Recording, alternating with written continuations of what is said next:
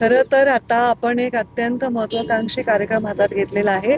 तो म्हणजे नदी पुनर्जीवनाचं प्राधिकरण आपण स्थापन केलेलं आहे महाराष्ट्राने. आत्ताच कॅबिनेटनी त्याला मंजुरी दिली मागच्या कॅबिनेटमध्ये.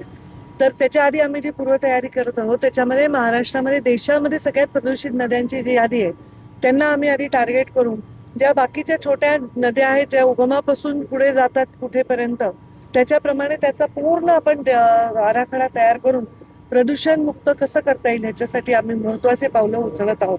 आमदार साहेबांनी पण अनेक वेळा या विषयावर मला बोललेले इथल्या प्रदूषणाबद्दल, म्हणून मी म्हटलं मी प्रत्यक्षात भेट देईन आणि म्हणून मी इथे आज भेट द्यायला आले. माझ्या समवेत महापौर आहेत, आमचे सदाशिव भाऊ आहेत, सर्व अधिकारी देखील इथे आलेले आहेत.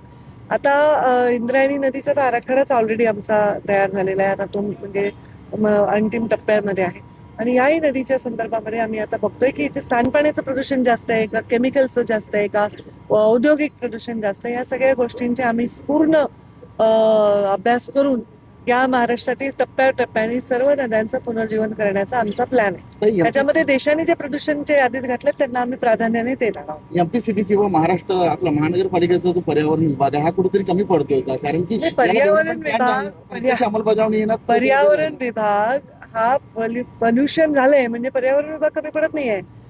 आपण प्रदूषण करतोय म्हणजे आपण सगळे माणसं, सगळ्या संस्था, सगळ्या उद्योग ह्याच्यामध्ये अक्षम्य आपण वर्षानुवर्ष दशकानुदशक दुर्लक्ष केलंय आणि आता कुठे आपण असा एक प्रयोग करतोय. माझं उत्तर पूर्ण होऊ द्या. तर मला असं म्हणायचं की आता कुठेतरी आपण जागरूक झालो आहोत की हे सगळे प्रदूषण कसं आपण व्यवस्थित करायचं आणि कधी याच्यामध्ये लोकांनी पण आम्हाला मदत केली पाहिजे. कारण पर्यावरण विभाग हा महाराष्ट्राचा एक विभाग आहे, पण आता अनेक वर्ष झाले काही उद्योग उपस्थित आहेत.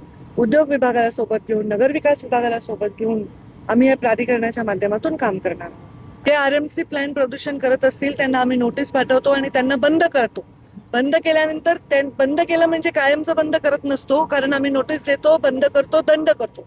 त्याच्यानंतर त्याच्यामध्ये त्यांनी जे आम्ही काही आमचे जे नॉर्म्स आहेत ते पूर्ण केले तर आम्ही त्यांना सुरू करू. शेवटी उद्योग बंद करणं आपला उद्देश नाही, आपला उद्देश आहे प्रदूषण कमी करणं. बरोबर ताई, सगळ्यात महत्वाचा शहरातला प्रश्न आहे तो आरएफटी म्हणजे रिव्हर डेव्हलपमेंट जो प्रकल्प आहे त्याला प्रचंड विरोध होतो आहे. तो पूर्ण करणार आहोत. तो विषय वेगळा आहे. तो विषय भराव टाकण्यात येत आहे. मी बोलते ना, तो विषय वेगळा आहे. त्याच्यामुळे मी त्याच्यावर काही टिप्पणी करणार नाही. पण कोणतंही डेव्हलपमेंट पर्यावरणाला ऱ्हास करत असेल तर त्याच्यावर आम्ही कारवाई करू.